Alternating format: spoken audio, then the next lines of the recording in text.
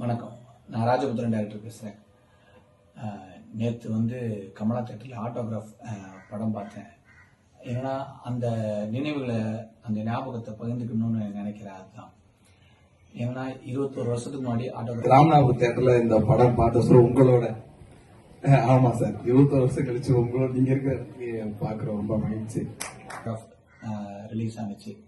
மிக பிரம்மாண்டமான வெற்றி. அப்போ ராமநாதபுரத்தில் அந்த படம் ரிலீஸ் ஆன தேட்டரில் நான் பார்த்தேன். அது ரொம்ப ஒரு பிரமிப்பாக இருந்துச்சு. அந்த படம் முடியும் போதில் சேரன் சார் அந்த படத்தில் வந்திருந்தார். அப்போ அங்கே செலிபிரிட்டியாக அந்த இடத்துல இது பண்ணியிருந்தார். அவரோட அப்போ பேசிக்கிட்டு இருந்த மகிழ்ச்சி இன்றைக்கும் அந்த ஞாபகம் இருந்துக்கிட்டே இருக்குது. இன்னைக்கு 21 வருஷத்துக்கு பிறகு கமலா தேட்டரில் ஆட்டோகிராஃப் பார்க்கும்போதில் அவர் முடியும் போதில் அவர் வந்திருந்தார்.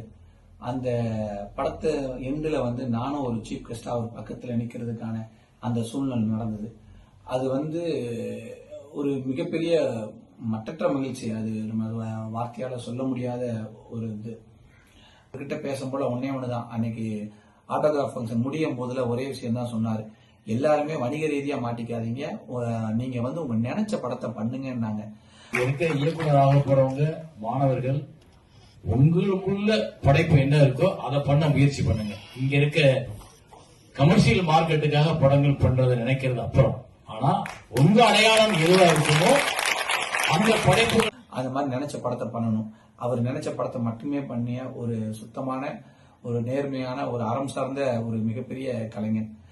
நன்றி. ஏன்னா இதுக்கெல்லாம் டைரக்டர் கிளப் சக்தி அவர் தான் இதுக்கு காரணம்.